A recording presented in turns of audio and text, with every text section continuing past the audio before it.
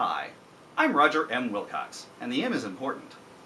A couple of years ago, I posted a video dealing with one very narrow aspect of the metric system, which is the fact that the unit names are a little less ambiguous than they are in U.S. customary units. There's only one kind of gram as opposed to 4 kinds of ounce, for example. Well, I got a lot of comments on that video, and most of them had nothing to do with the point I was originally trying to make.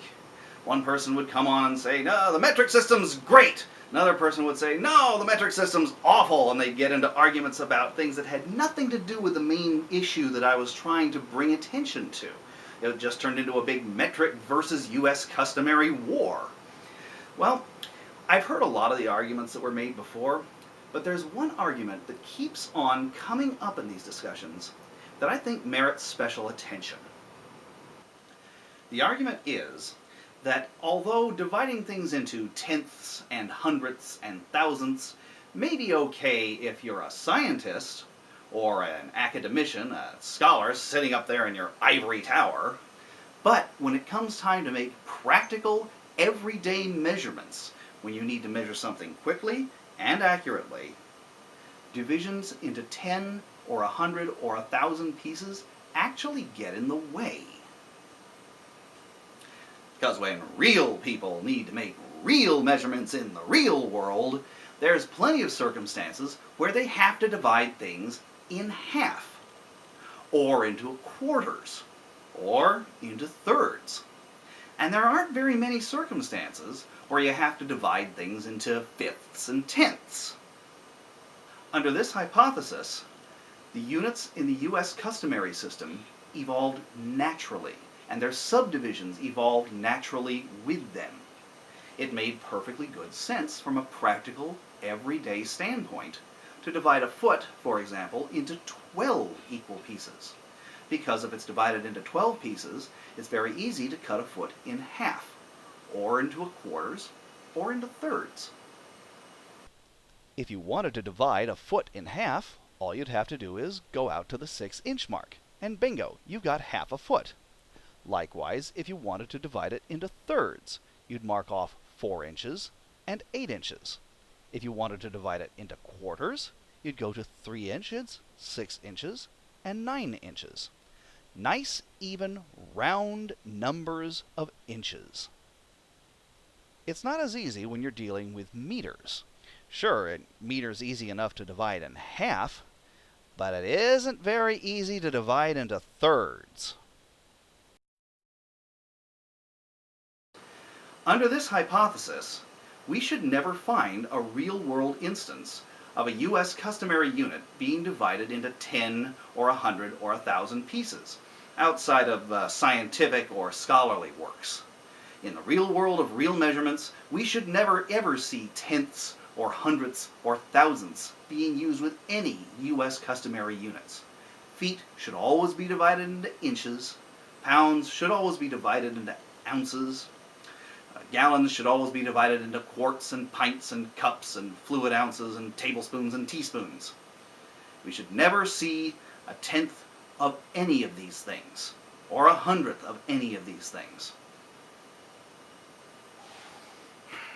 Well, guess what? This is an engineer's tape measure. It's used by some kinds of construction engineers. I picked it up at Ace Hardware. Since it's for American use, it's marked off in feet. Now the bottom scale on this tape measure is divided into regular old inches, which are subdivided into half inches, quarter inches, eighths of an inch, the same familiar divisions you'd have on a 1-foot ruler. But take a look at that upper scale. Those aren't inches. They're not centimeters either. They're tenths of a foot. And if you look closely, each tenth of a foot is subdivided into hundredths of a foot. Yep, that's right. This engineer's tape measure measures decimal feet. And it's not designed for use by scientists with their own special needs, or by academic types who have their own axe to grind, perhaps. It's for use by normal engineers for practical, purposes out in the field when they have to make real-world measurements. Now, admittedly, part of the reason such decimal foot measuring scales exist is because of digital tools like this laser surveyor. The readout shows decimal feet because it's easier to build a liquid crystal display that just shows a decimal point and a couple of extra digits than it would be to make a liquid crystal display with separate readouts for feet and inches, or heaven help you, fractions of an inch. And if we were stuck on a desert island with no digital tools around, but we still had our tape measure, maybe we'd never have a need to use tenths of a foot, and we'd stick with good old-fashioned feet and inches. But that's just it. We don't live on a desert island. We live in a world filled with digital tools that make our lives easier. Oh yes, the digital tools do come with their own sets of problems that our ancestors never had to deal with. But try living without those digital tools for a couple of weeks and see how you like it. Incidentally, I wouldn't be at all surprised if that laser surveyor wasn't the only reason that construction engineers have to measure things in tenths of a foot. Oh, and feet aren't the only units that get divided into tenths and hundredths. This is an engineer's scale. It's to help a draftsman make scale drawings. Here's the same tool from a different angle on a wooden table.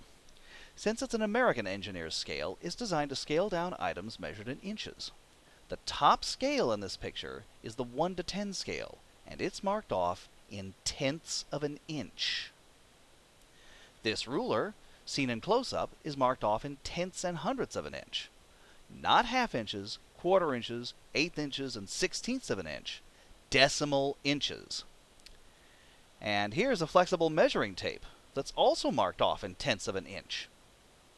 Okay, you got me. I cheated on that last one. That wasn't really a measuring tape. That was a roll of adhesive tape that was marked off to look like measuring tape. Interesting that they made it divided into tenths of an inch, though. But while that last example was fake, the other two weren't. Nor is it fake to divide inches into thousandths. There's even a special word for it. It's called a mill. Or at least it is in the US. Other countries call it a thou so that they don't confuse it with a millimeter or a milliliter. But here in America, mills are used for all sorts of really short distances, like the thickness of a piece of paper, or the gap at the top of a spark plug. And I remind you that a mill is a thousandth of an inch, not a fractional inch, not a 16th of an inch or a 64th of an inch, or a 16th of a 64th of an inch, and even 1,000th of an inch, 0.001 inch, decimal inches. And decimal feet and decimal inches are only scratching the surface of all the tenths and hundredths and other powers of 10 used throughout the U.S. customary unit system. We buy gasoline in decimal gallons, not in gallons, quarts, pints, cups, and tablespoons. And American gas pumps have been using tenths of a gallon for quite a long time. Our odometers measure tenths of a mile, and they've done so since before the colors for the digits were even standardized. An eighth of a mile unit exists. It's called a furlong. Why not show miles and furlongs on an odometer? It wouldn't make the mechanics of the little wheels any more complicated or expensive. But instead, we choose tenths of a mile. We buy ground beef in decimal pounds instead of pounds and ounces. We buy prepackaged foods in decimal ounces. There's a unit for a 16th of an ounce. It's called a dram. We could label our foodstuffs in ounces and drams. But we don't. We use decimal ounces. Sometimes pounds and decimal ounces, but still never those natural fractions of an ounce. This pressure gauge is marked off in fifths of a pound per square inch. I defy you to find one anywhere that shows pounds and ounces per square inch. Even airplane altimeters that use inches of mercury for their sea level pressure setting use decimal inches of mercury, like 29.92, not fractional inches like 29 and 7/8. Now, I'm not saying the metric system is perfect. It's not. Some of the base units in the metric system are every bit as arbitrary as the base units in the US customary system. But if you're an American and you honestly believe that the metric system is bad because of its organization around the powers of 10 and the decimal subdivisions, take a good look in the mirror. Chances are you're using decimal US customary units right now.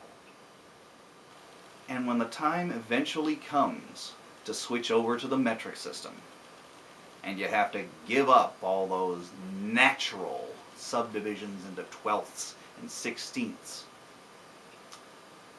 you're probably not going to miss them.